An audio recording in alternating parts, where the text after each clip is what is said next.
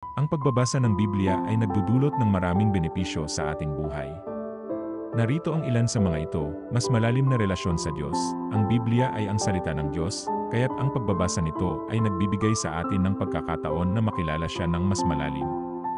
Patnubay at karunungan, ang Biblia ay puno ng mga aral at payo na makatutulong sa atin sa ating pang-araw-araw na pamumuhay.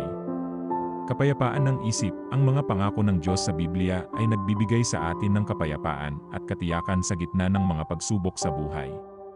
Pag-asa at inspirasyon, ang mga kwento ng pananampalataya at pag-asa sa Biblia ay nagbibigay sa atin ng lakas at inspirasyon upang harapin ang mga hamon.